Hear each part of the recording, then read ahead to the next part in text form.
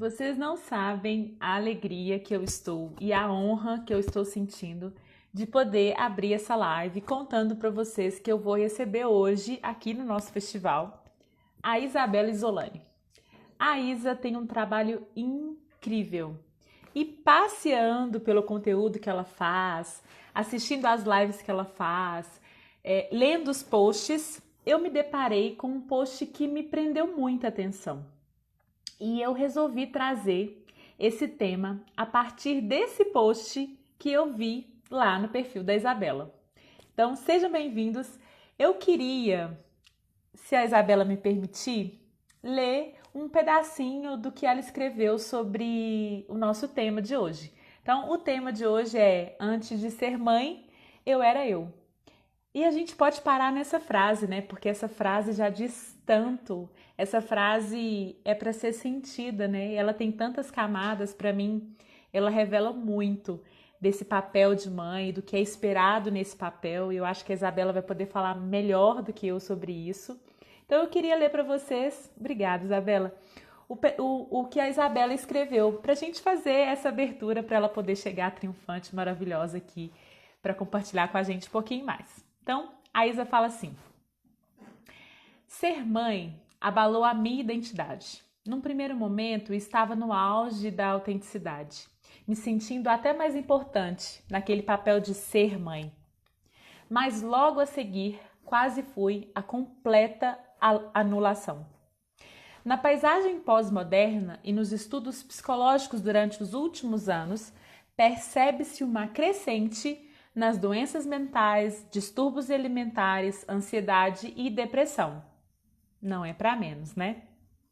Tem crise maior do que compreender e vivenciar a ambivalência e a contradição da maternidade? Tem momentos que você sente que você sabe de tudo sobre eles. Tudo sobre bebês. Fases do sono, picos de crescimento, saltos de desenvolvimento, tudo sobre introdução alimentar e de repente parece que tudo dá errado e a gente se sente uma fraude. Eu me perdi de mim. A Isabela falando. Já estava tudo uma bagunça. Cheguei a desenvolver uma alergia na pele por conta da ansiedade, crise de identidade. Foi meio assustador. Eu lembro claramente de me perguntar: quem sou eu mesmo? Fui correndo me cuidar. Aquela recomendação quando embarcamos no avião, em caso de despressurização, colocar a máscara de oxigênio primeiro em você. Fui para terapia, acupuntura, microfisioterapia, floral, ufa, me encontrei. Nunca imaginei que pudesse passar por isso. E é sério, gente. Saúde mental materna importa, e muito. Eu entendi na marra esse tal de autocuidado. Isabela Isolani. Maravilhosa. Gente, boa noite. Boa noite, boa noite, boa noite. Essa live é uma live muito, muito, muito especial. Gostaria que vocês ficassem até o final. Eu vou chamar a Isabela agora para a gente conversar. Acompanhe a gente nesse papo. O objetivo do festival é que a gente faça uma roda, que a gente possa compartilhar realmente. Vocês vão ver quanta sabedoria a Isabela traz na sua fala. E eu tô assim, eu já vou logo avisando, tá, Isa, que eu vou ficar te ouvindo. Eu quero que você fale, que você conte pra gente um pouco da sua história. Oi, Evelyn, que saudade de você e dos meninos. Vamos conversar, vamos abrir uma roda aqui pra gente ouvir a Isa, vai ser muito legal. E depois eu tenho alguns recadinhos, nosso festival tá acabando, amanhã é o nosso último dia, então tem história de manhã, tem história à tarde e vai ter um encontro com a... Gente, fugiu o nome agora, só porque eu tô muito emocionada. A Samara Rosa. Vou chamar a Isa aqui. Vou convidar ela. Recebam com muitos corações a Isabela. Tchan, tchan, tchan, tchan.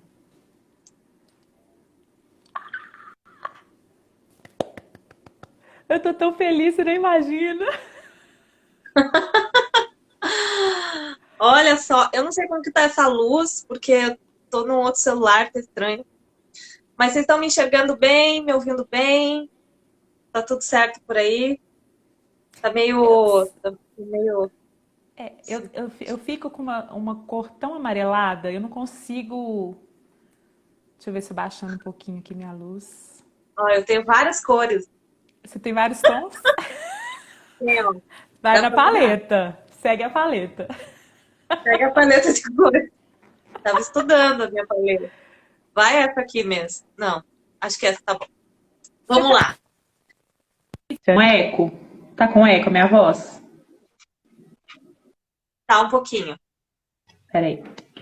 É porque meu fone. Oi? E agora? Agora tá bom. Peraí. É porque eu não tô te ouvindo. Fala um pouquinho, por favor, Isa. Vocês estão me ouvindo? Quem tiver aí, manda, tô ouvindo, não tô ouvindo. Deu uma travadinha, só que eu não sei se tá travando no meu ou se tá travando no teu. Tá travando? Não, travou um pouquinho só. Mas eu Ixi. quero que a galera diga aí se tem alguém que tá travando, se sou eu, se sou ela. Se a minha imagem tá boa, ouvindo. Isa, tô te ouvindo. Tá todo mundo te ouvindo, menos eu. Não, Bacana. eu, eu tô te ouvindo. Bom, Você tá me. então Tá, eu vou ver não de tá novo, eu vou tirar travando. o. Tá com eco? Tá, tudo bem. Diz que tá ótimo. Tá com eco? Ah, um pouquinho. Não, não. Não, tá não. Aqui Tá tá normal? normal, tá tudo certo. Tem certeza? Tá chegando. Acho que sim. Tá Tá. tudo beleza, segundo a Ju. Seja Bom, bem-vinda. muito grata.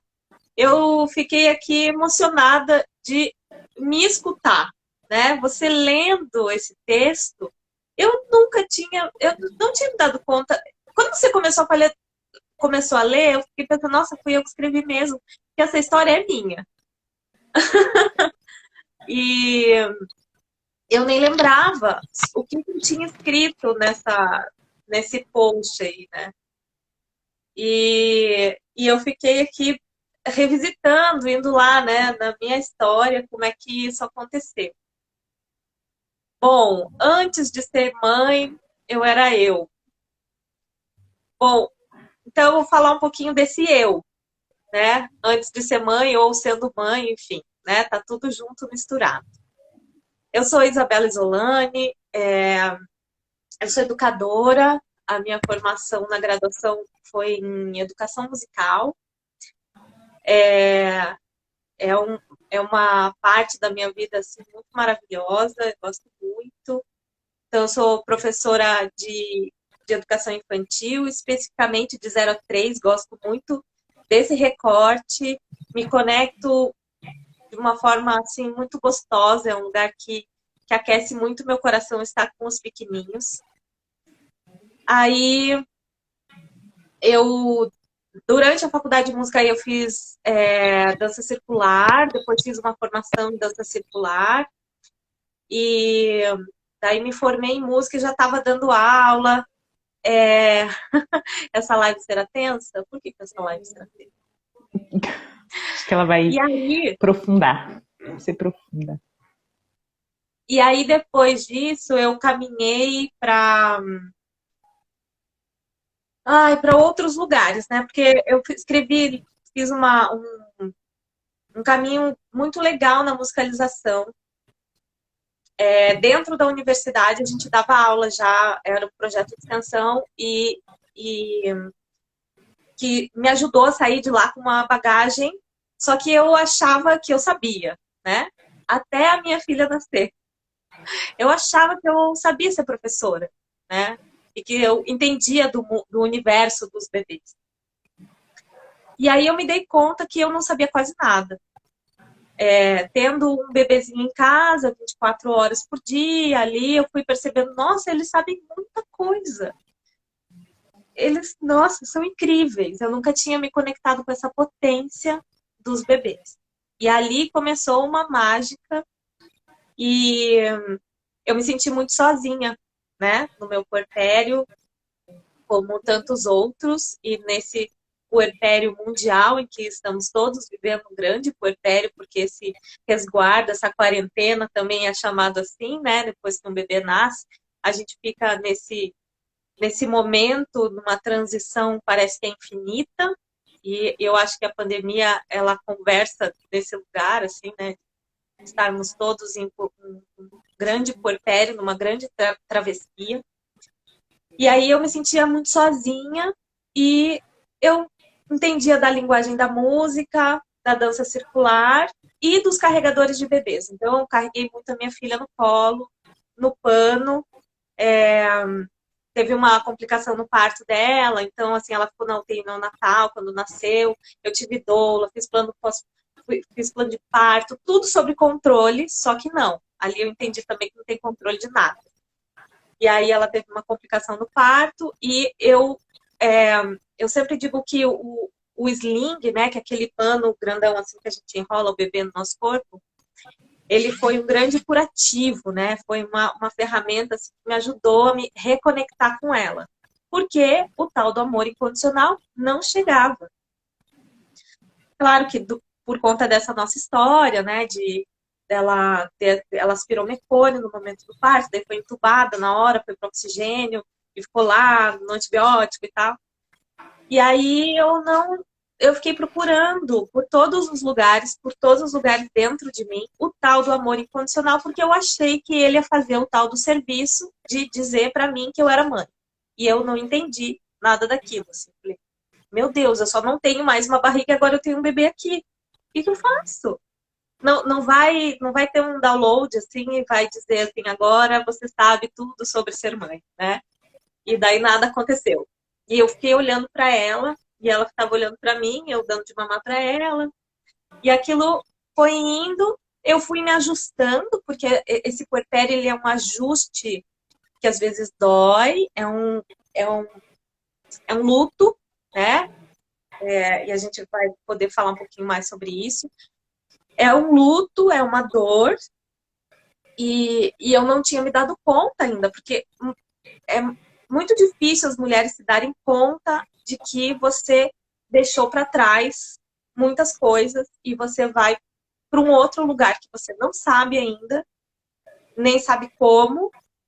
Então, é quase aquela sensação de trocar o pneu do carro com o carro andando, sabe? E você tem que ir fazendo. E aí, me perdi, daí a história que você leu, né, do post que eu fiz aí, desenvolvi uma alergia, porque depois eu fui entender que era por conta desse não entender quem eu era mais. E aí o meu corpo manifestou, fez assim, olha para Uhum. você, olha aonde você tá. E eu não conseguia me enxergar, parecia que eu não tinha chão mais. E eu ainda, além de me sustentar, eu tinha que sustentar um bebê no meu colo, ali, não falando financeiramente, mas emocionalmente, eu tinha que sustentar tudo aquilo. E claro, ela já era um pouquinho maior nessa fase, mas de qualquer forma eu não estava me entendendo e tive que recorrer a essas ferramentas para esse autocuidado, né? Da microfisioterapia e de outras muitas coisas. E desde então, voltando lá, quando eu estava muito sozinha, antes de ter todas essas complicações de alergia no corpo e tal, eu fiquei. Eu tinha rede de apoio, assim, tinha gente para me ajudar. Eu escolhi voltar para casa da minha mãe, porque eu ficava muito sozinha no apartamento que a gente morava, era um apartamento gelado, era um frio. Isso foi lá em 2009, gente. Ela vai fazer 12 anos semana que vem, tá? Mas essas histórias, elas ficam no nosso corpo. A gente só vai mudando o jeito de contar e chorando menos, quando tem dores difíceis, né? Mas porque eu já elaborei durante 12 anos toda essa história.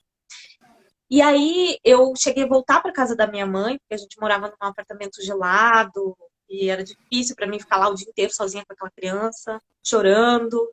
E daí voltei, tinha lá uma pessoa que trabalhava lá, que lavava roupa, que fazia comida, né? Tinha a minha mãe, que volta e meia ficava com ela, inclusive para eu e o Rafa, né? O meu companheiro, a gente poder sair um pouco, ter um respiro.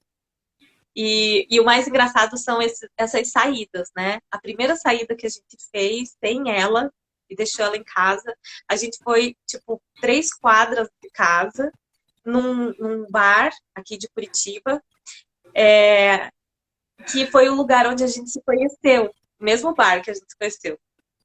E aí a gente foi pra lá, a gente já conhecia o rapaz lá do bar e tal. A gente chegou lá, do que a gente foi falar? A gente foi falar da filha. Ele não tinha mais assunto, a gente fica monotemático, a gente só fala da filha. Aí o cara do bar conhecia a gente, daí a gente mostrava as fotos da filha, olha só. E a gente ficou lá, acho que não deu 1 hora, a gente já voltou pra casa. Tipo, agora, né, vamos voltar, né? Porque a gente não sabia mais o que fazer, você fica meio perdido, né? Como a Lilian falou, a gente sente como se estivesse vivendo uma vida num outro planeta. Porque você só fala de amamentação, sono, sei lá, essas coisas, essas monotemáticas que envolvem o puerpério. E aí, com essa minha solidão, mesmo tendo rede de apoio, que eu falei, mesmo tendo a minha mãe, tendo o marido do lado ali, né, sempre junto, parênteses aqui, pai não é rede de apoio, tá, gente? Tem um outro post lá, vocês rodar lá no meu feed, tem lá, pai não é rede de apoio.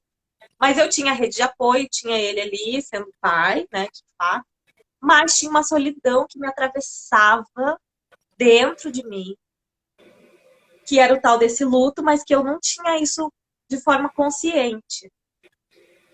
E aí eu fui procurar outras mulheres. Eu falei, não, eu preciso conversar. Não tinha ninguém, naquela época eu tinha 26 anos, e eu não tinha nenhuma amiga que tinha filhos. E eu queria conversar com as pessoas sobre aquilo que eu estava vivendo, mas eu não tinha ninguém no meu círculo de amizades. Então eu precisei criar a minha própria tribo. Para criar essa tribo foi quando surgiu o meu trabalho. Transformei essa busca em trabalho, né? Aí que acontece até hoje. E eu fui juntando as coisas, os talentos, os conhecimentos que eu tinha, que eram a dança, o sling, porque daí eu tinha um estudo empírico, né? Assim, da experiência, e fui estudar também muito na internet, e tinham pouquíssimas pessoas que falavam disso há 12, 13 anos atrás. E a música. Então eu juntei tudo num pacotão, fiz uma divulgação dentro da Universidade Federal do Paraná. Sou aqui de Curitiba, para quem está assistindo não sabe, né? Eu sou aqui de Curitiba, capital do Paraná. E aí me formei lá. E eu voltei para a universidade com ela no colo, oferecendo dentro de um curso de extensão um trabalho de apreciação e percepção musical através da dança para as mães com os bebês no sling. Todo mundo me achou louca. Ninguém entendeu o que eu queria fazer. O que você está fazendo aí com esse bebê pendurado? E hoje eu consigo elaborar isso, entender que a minha busca era só por uma tribo, por pessoas que eu queria estar junto, né?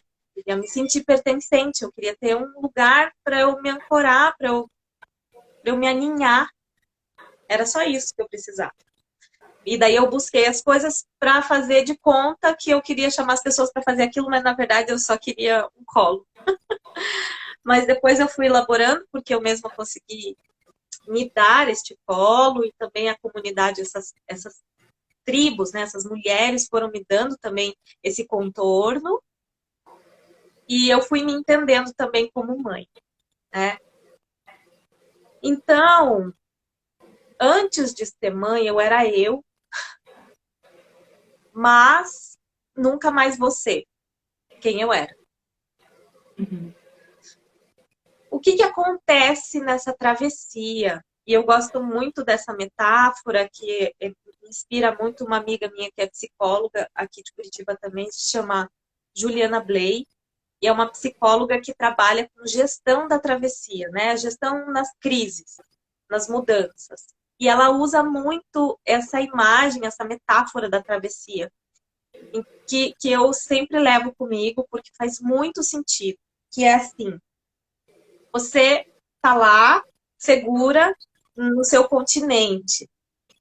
De repente vem um bebê, né? Ou como qualquer outra crise, qualquer mudança, qualquer luto, qualquer mudança de casa, mudança de relacionamento, mudanças na vida, você vai sair dessa margem segura, você vai pegar o seu barquinho e vai atravessar para um outro lugar que você não consegue enxergar onde é. Uhum. Você entra num mar aberto. E aí você está lá remando. E essa travessia, ela é solitária. Ela é solitária. Qualquer crise que você vai passar, que você passa na vida, né? Por exemplo, meu pai faleceu no final do ano passado. Eu fui elaborando esse luto, né? Esse luto é meu. Eu posso ter apoios, pessoas que, que me deem um conforto, mas elaborar isso, essa elaboração, ela é minha. Essa travessia, ela é minha. O barco é meu, o remo é meu.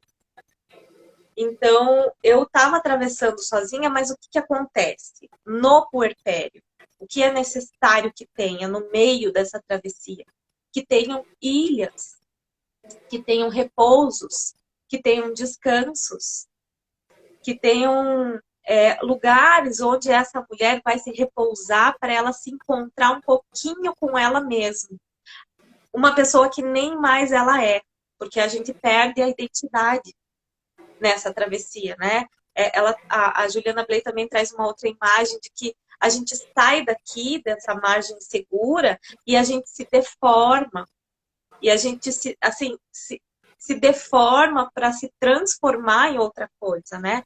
Mas que a gente não sabe. Então, quando a gente repousa em algumas ilhas, sejam elas grupos de apoio, sejam elas uma própria terapia, seja um grupo de amigas também, com mães e bebês, né? Sejam espaços onde ela possa se enxergar também, se sentir pertencente, acolhida, ancorada ali, mas ela ainda está sem forma, ela ainda não se reconhece, as roupas não cabem, o teu cheiro é outro, os hormônios são outro, você quase não tem cabelo, porque os cabelos caem de uma forma que você jura que você vai ficar careca, né? A cada banho que toma, aquela mãe que está amamentando, assim, os cabelos, eles é assustador, assim, tem momentos em que você fala, eu tô com algum problema.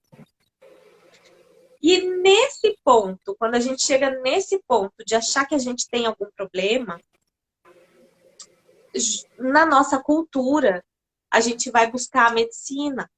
A gente acha que a gente está com depressão, né? Aquela tristeza, aquela falta de energia, né? E de fato é o primeiro recurso que a gente vai, né? Que vai buscar.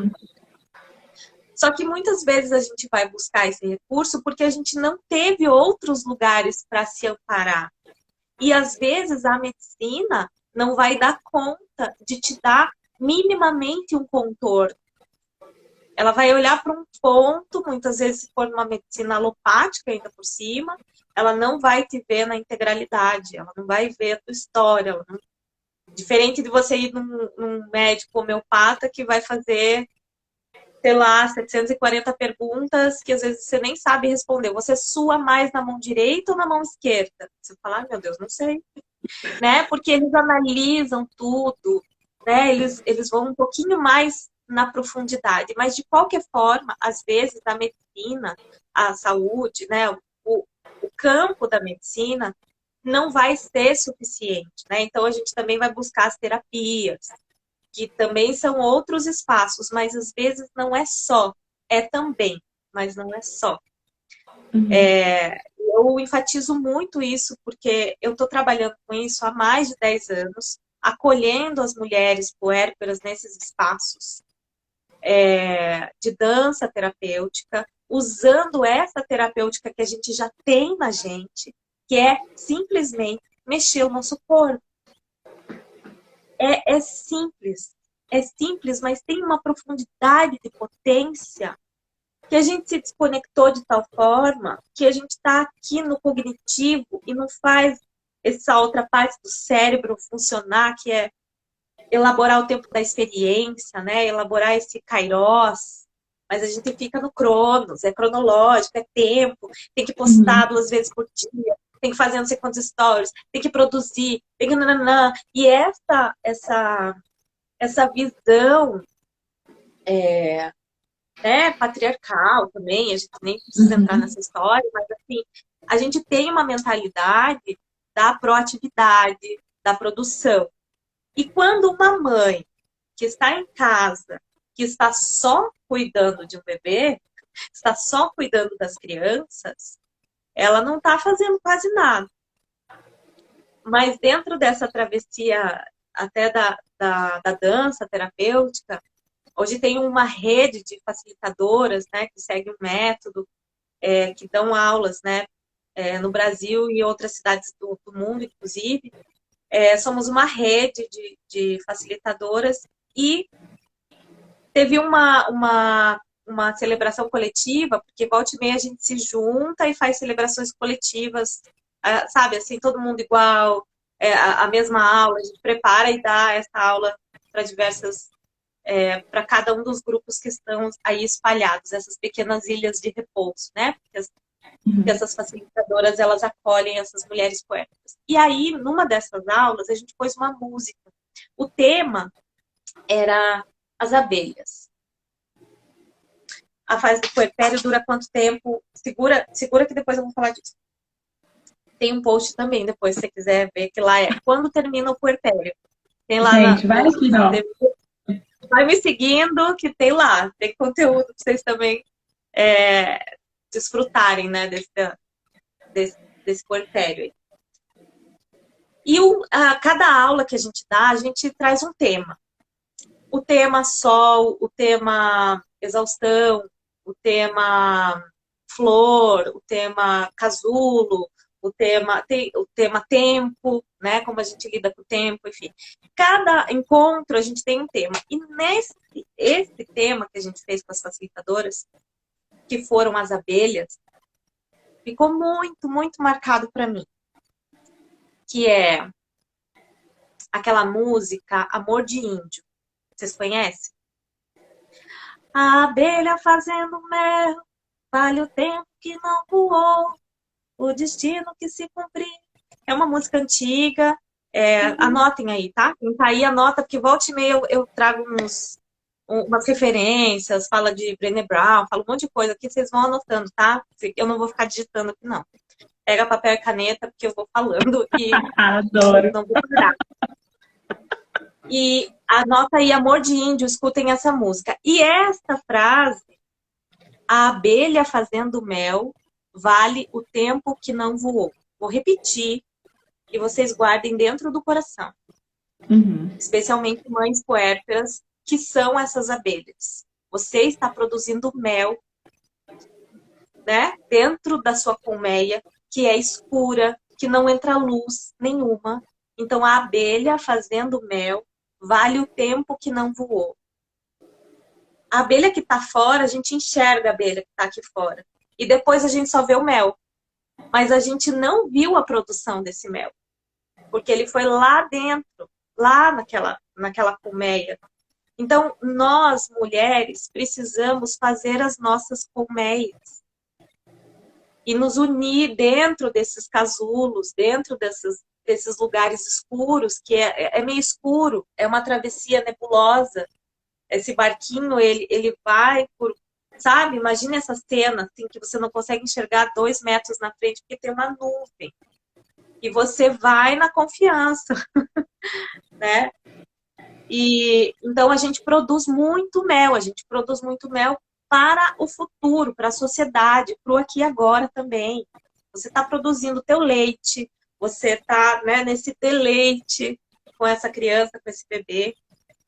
E então a gente está produzindo muita coisa quando a gente está nesse nosso casulo fechada, né?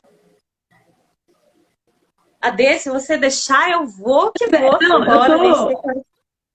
Eu só quero fazer, assim, uma pontuação. Eu estou extremamente emocionada, assim, porque a forma com que você está falando é como se a gente estivesse embarcando nessa viagem junto, sabe? Eu acho que esse é o poder da história, né? O que você está fazendo aqui é contando uma linda história, que é cheia de metáforas, é cheia de significado. E eu acho que é isso, assim, a gente que traz para mim uma palavra que se chama reconexão. Essa reconexão com a gente mesmo em diferentes etapas da nossa vida. Eu, por exemplo, não sou mãe ainda. Né? Eu não atravessei nesse barquinho aí, eu espero atravessar um dia, obviamente, eu quero atravessar. Eu não atravessei nesse barquinho, mas eu vejo as mulheres atravessando nesse barquinho. E eu acredito que o meu trabalho, de alguma forma, é uma ilha. Existem várias formas de ilha. Eu estou extremamente emocionada, porque eu acho que quando você fala dessa produtividade, quando você fala dessa necessidade da gente seguir um padrão completamente patriarcal mesmo, né? E que traz uma marra pra gente, e a gente tenta se encaixar porque a gente acha que a gente tem que se encaixar mesmo. E a gente se encaixa porque somos mulheres e somos adaptáveis, né? Mas aí quando você me fala dessa forma, isso me toca profundamente, eu imagino que esteja tocando as mulheres também que estão aqui, é como se a gente se autorizasse a seguir a nossa viagem, encontrar as nossas ilhas entre nós, mulheres, não só entre as mulheres, obviamente, mas que a gente consiga, que a gente se permita, se a gente se permita. Porque eu imagino assim, Bela, nós estamos aqui na internet produzindo conteúdo e esse é o nosso trabalho, né? Assim, de alguma forma, a nossa ilha também é uma forma da gente poder se sustentar, para a gente poder seguir a nossa vida. A nossa ilha é o nosso sustento também, é o nosso mel, né? E aí, receber essas mulheres na nossa ilha com todo respeito, com toda honra, porque continua sendo trabalho, mas não nesse formato em que a gente precisa fazer porque é obrigado e se não fizer, você tá lascado, sabe assim? Porque sim, é uma escolha ter essa ilha dessa maneira, sabe? Com respeito, com conexão, de falar, olha, cara, eu tô estudando um negócio legal pra caramba aqui, deixa eu compartilhar com você, você me ajuda e eu te ajudo, sabe assim? E eu acho que isso é incrível a gente poder se dar as mãos nesse sentido, falar assim, o que você faz de bom? Me conta o que você faz de bom. E aí você fala assim, eu danço com sling. Eu falo para as mulheres sobre esterogestação. O que é isso? Sobre puerpério. What? O que é isso? E aí eu fico pensando assim, eu falo com as crianças, eu conto histórias. Aí você tá me contando uma história, eu falo, cara, muito maravilhoso. Enfim, se deixar também, eu vou. Deixa eu só ler esse comentário aqui, antes da gente continuar. A Bastos, Ju, tá falando assim, pois é, Isa, eu que sozinho sempre fui rápida e me achava eficiente. Sempre evitei fazer coisas em grupo, porque achava que o grupo me atrasava. Hoje, puérpera, vejo na minha filha a constante lição. Essas mulheres também são lindas e maravilhosas, estão aqui falando, compartilhando, né? É isso. E ela também completa ali falando, né, de abdicar desse controle. Ju, eu queria. Deixa eu tomar uma água, porque se eu for falar com ela agora eu vou me emocionar. A Ju, a gente tem uma história juntas. Ela fez a formação de educação musical, ela é do bacharelado, né, Ju? Aí eu sempre esqueço. Não, ela não é da educação, ela era do bacharelado. Eu era da licenciatura e ela era da produção sonora. Enfim. Aí, mas a gente estava lá juntas no The Arts, que é o departamento de artes aqui da Federal.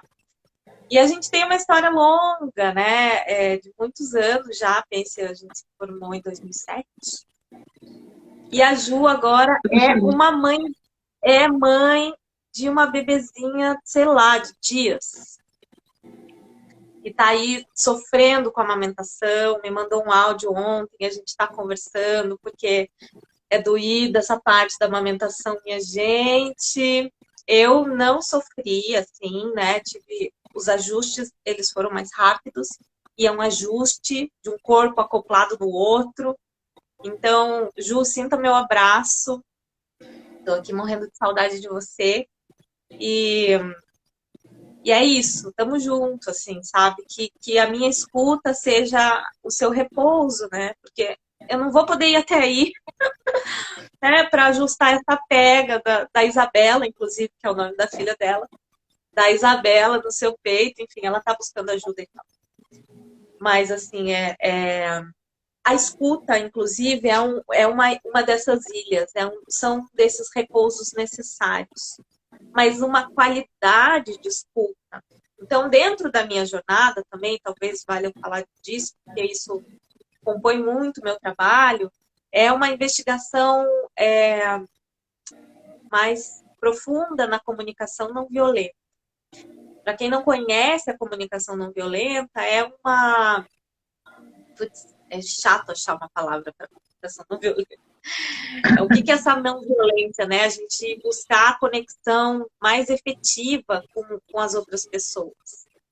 Buscar diminuir essa distância, né?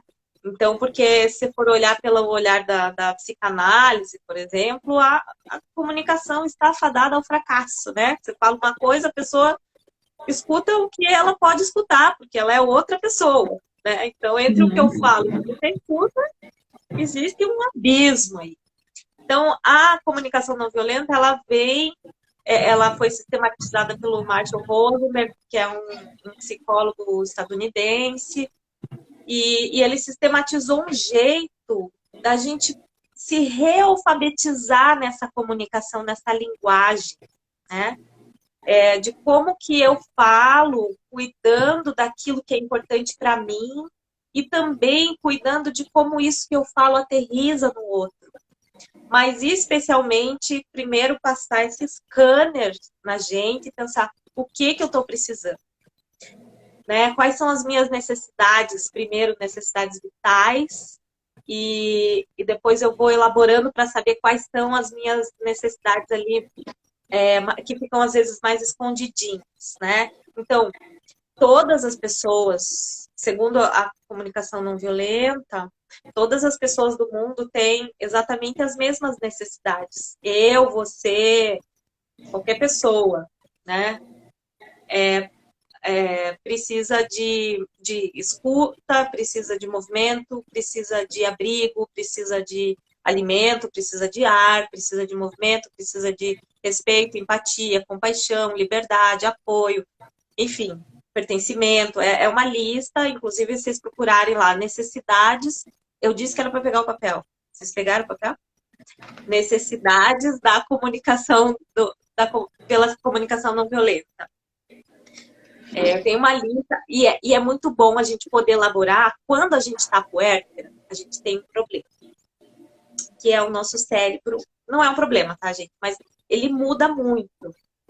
O cérebro de uma puérpera não é um cérebro de outros momentos da nossa vida.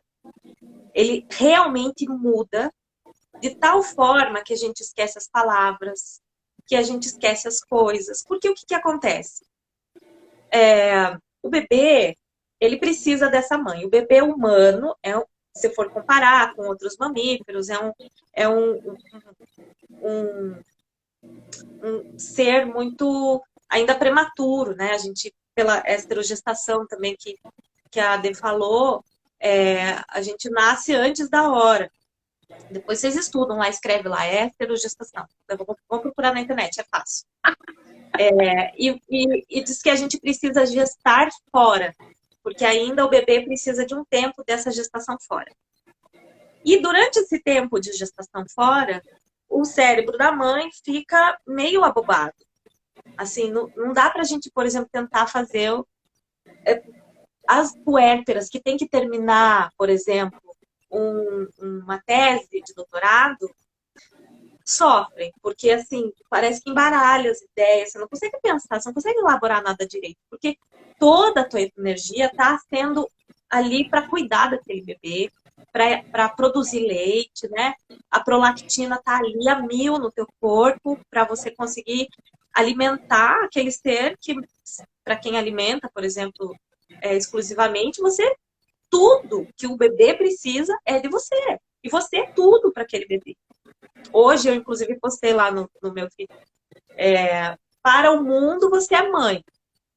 Para o bebê, você é o mundo. Você é tudo para esse bebê. Uhum. Então, a gente precisa. A gente cai uma chave, assim, tipo, não funciona, os parafusos amolecem lá dentro. Então, fica difícil mesmo de elaborar. E a comunicação não violenta, ela traz um pouco desse recurso para a gente conseguir fazer umas investigadas na questão das palavras, inclusive para falar para o nosso companheiro sobre o que a gente está precisando. A gente fica numa cultura achando que a outra pessoa tem uma bola de cristal. É óbvio que ele tinha que ter feito isso. Mas às vezes, na nossa história, isso não foi elaborado com acordos claros, por exemplo. E a comunicação não violenta ajuda a gente nesse sentido.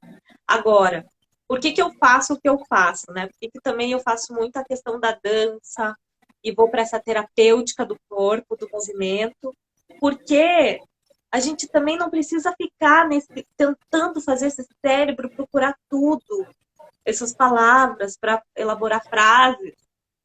A gente precisa se conectar com a gente, com essa nova forma que a gente ainda está elaborando e se transformando. Então, e quando termina o puerpério? Que alguém perguntou aqui, né? Uhum. Quando que termina o puerpério? Eu posso dizer, vocês podem ir lá no meu feed procurar esse texto? Não, brincadeira. Vou falar aqui. Você quer que eu olhe aqui? Não.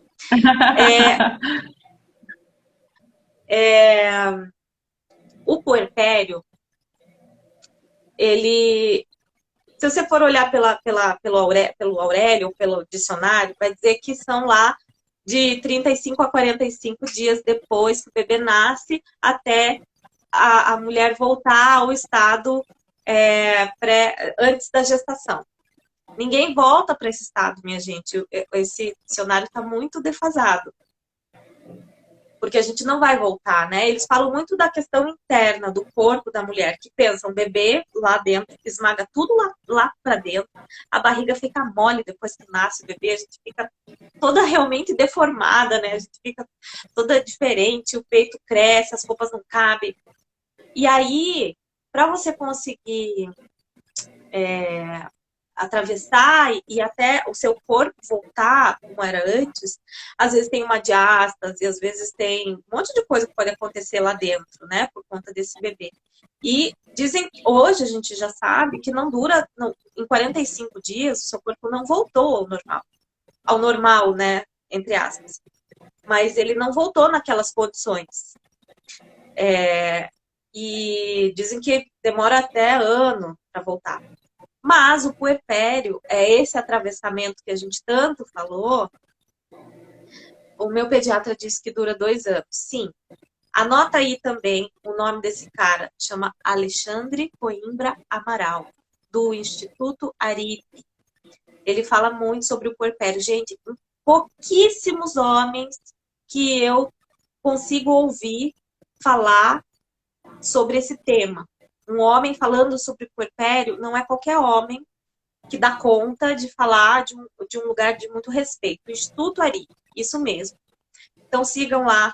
Eu estou fazendo um curso com ele, chama Psicologia do Puerpério.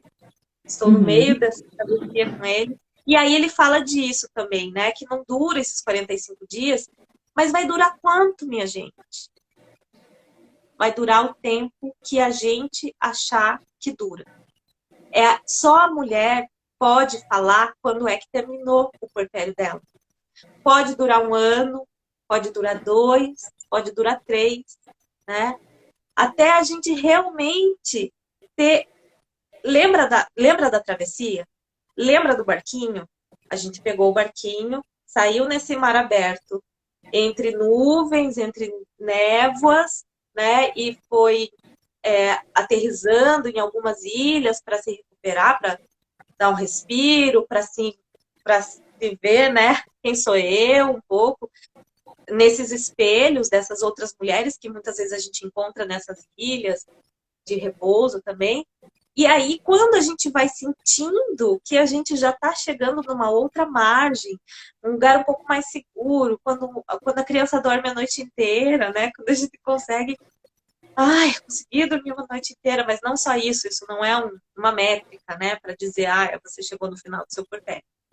Mas, assim, quando você consegue ir de novo dizendo, opa, e eu sou outra, não sou mais aquela, e eu vivi esse luto, eu vou chegando numa outra margem, que é um continente ali um pouquinho mais. Ai, agora eu tô sentindo que aqui, né, tá mais seguro. Tô ok, assim. Ok, a gente entra em outra fase, né? A gente passa de fase, tipo videogame, né? A criança nasce, você entra na fase já direto no chefão, sabe? Não é aquele Mario, assim, que você vai um pouquinho, nananã, não, você vai direto no chefão. E aí você tem que atravessar aquela fase que dura muito tempo, mas cada mulher é que sabe, né? Quanto tempo dura esse puerpério. Ó, vamos ver o que a Marina tá falando. Minha pequena tem 5 anos e ainda me sinto um pouco perdida e não me reconheço. É exatamente Sim, isso que você tá falando, né? isso. Olha, vou dar spoiler para quem tem bebê pequeno ou criança pequena. Eu tenho uma filha de 12. E agora eu estou passando por outra travessia. Cada mudança é uma crise. As mudanças, elas são crises, né? São aquele momento está assim. Nas histórias a gente vê muito disso, né? O roteiro Uhum. da jornada do herói funciona assim. Tá, ok, daí acontece uma coisa, daí vai lá pro buraco, aí você tem que elaborar, aí você vai sair, mas você não vai sair aqui, né? Você vai sair em outro lugar. Você vai fazendo essa espiral. E aí, de repente, você tá mais confortável, de repente vem outra coisa, né? Vem uma criança, que não é mais criança, talvez, tá passando aí para, sei lá quando vir uma menarca, e eu vou ser mãe de uma adolescente, vou ser mãe de uma mulher. Então é outro momento, né? Então passa o puerpério e a gente vai entrar num outro lugar. A gente todo dia é mãe de novo, a gente renasce todos os dias, né? Cada setênio uma travessia diferente. Sim, o olhar da antroposofia é maravilhoso para ajudar a gente também a olhar esses ciclos, né, da vida e tal. Muito bom. E mais? E aí, gente? Ó, então passou assim, Pergunta? voando. Vamos abrir para as perguntas aqui. Vocês querem perguntar alguma coisa? Aproveitem. Ó, a Diana está compartilhando também que é uma espiral. A Marina está falando: as pessoas me perguntam se quero outro filho e me sinto culpada em dizer que não quero. Ai, essa culpa é uma coisa, né? Ela é danada.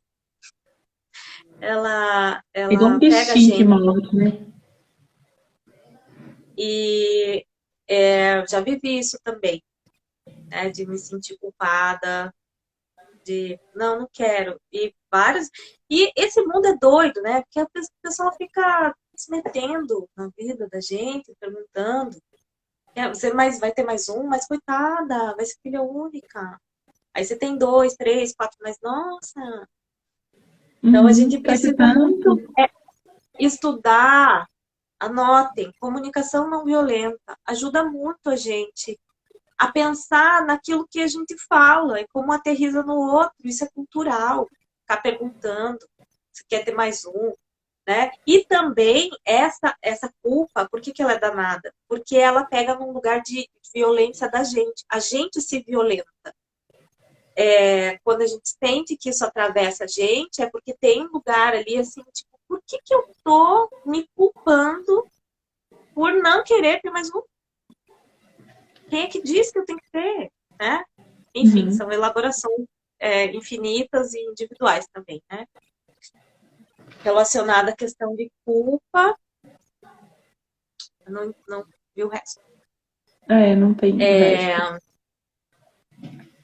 Não se sinta, Marina, jamais. Desde que essa seja uma escolha sua. Mas assim, a gente tá. A gente. Isso a comunicação não violenta também me ajudou a também tomar esse cuidado de dizer para o outro não sentir o que ele está sentindo. Você precisa legitimar. Se a pessoa está sentindo aquilo, ela está sentindo aquilo. né? Uma Uhum. criança que tá chorando, que tá triste, você fala, ah, não fique assim, não fique triste, tá tudo bem, não foi nada. Vocês já Uhum. ouviram essa frase em algum lugar? Uhum. Quantas vezes? Né? Quantas vezes a gente também já falou? E a gente não tem essa cultura de acolher. No puerpério, o que acontece? Aquela mãe que tá lá chorando, que ela nem sabe por que ela tá chorando, e chora, e chora. Aí o bebê acorda, ela chora. Daí o bebê tá dormindo, daí ela vê alguma coisa, ela chora. E, e fica até angustiada. Por que eu tô chorando tanto? Eu fico chorando o dia inteiro, né? E aí as pessoas vêm falar, mas o bebê tá bem, por que você tá chorando? Tem outro lugar, né? Tem outro lugar aí que a gente precisa se conectar. E é uma reconexão mesmo. A gente se desfez dessas conexões. São muitos descuidados, né? Nessas relações. A gente não percebe como a nossa palavra aterriza no outro. As perguntas que a gente faz para o outro. Antes de perguntar, sempre se pergunte: essa minha pergunta vai contribuir como para a nossa relação? Uhum. Se nós queremos ter relações mais maravilhosas, quais as palavras e quais as perguntas? Perguntas são poderosas. Perguntas são portais. Uhum. Travou para mim ou travou Ó, para D? travou um Quem que pouquinho, tá? mas voltou. Tá meio travadinho, assim. É porque eu moro na roça, sabe, Isa? Então, assim, a internet que é meio complicada. Mas a gente segue. A Lucy tá falando assim, em relação à culpa por não querer, tem muito a ver com. Se você realmente não quer ou quer e falta coragem, então primeiro precisa saber o que quer. E a partir daí profetizar aquilo, porque a palavra tem peso. Decidir o que Sim. quer. Aí a Jana, você quer comentar ou a gente pode terminar de ler aqui? Ó? Não A pode terminar Jana de ler. Tá, a Jana falou assim: no aborto foi o que eu mais escutei. Fica triste, não, logo você vai ter outro. Tenso. Tu tem um filho saudável e lindo. Por que essa tristeza? Deveria agradecer mais a gente. Cada frase, meu Deus.